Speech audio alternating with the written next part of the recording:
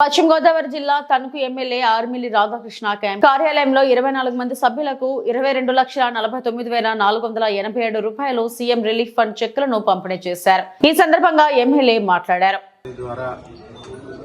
దాదాపు 24 మందికి 22,49,000 రూపాయలు చెక్కుల ద్వారా అందించడం జరుగుతుంది.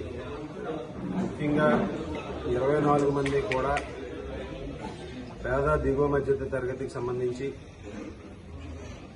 ఎన్టీఆర్ ఆరోగ్య సేవలో ఏదైతే వైద్య సదుపాయాలు పొందలేకపోయారో వారి సొంత ఖర్చులతో వైద్యాలు చేయించుకున్నారో అటువంటి వారి కోసం అండగా ఉండాలని ఈరోజు ఈ ప్రభుత్వం వచ్చిన తర్వాత ముఖ్యమంత్రి సహాయ నిధి ద్వారా పెద్ద ఎత్తున నిధులను మంజూరు చేయడం జరుగుతుంది.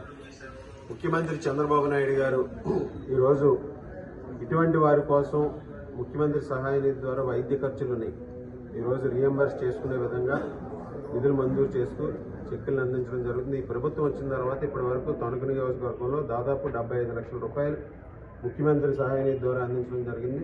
ఇప్పుడు 24 మందికి 22,49,000 రూపాయలు అందించడం జరిగింది.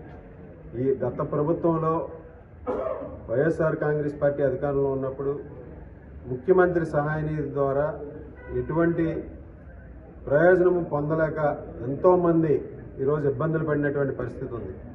ఒకవేళ సీఎం రిలీఫ్ ఫండ్కి అప్లై చేసిన అప్లికేషన్లు ఎక్కడున్నాయో దేవుడికే తెలిసే విధంగా ఈరోజు వారందరూ కూడా తీవ్రమైనటువంటి ఇబ్బందులు పడినటువంటి పరిస్థితి ఉంది.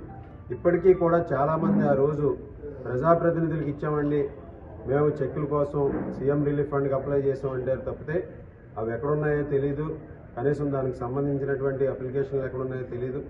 ఆ విధంగా పరిస్థితి ఉండేది.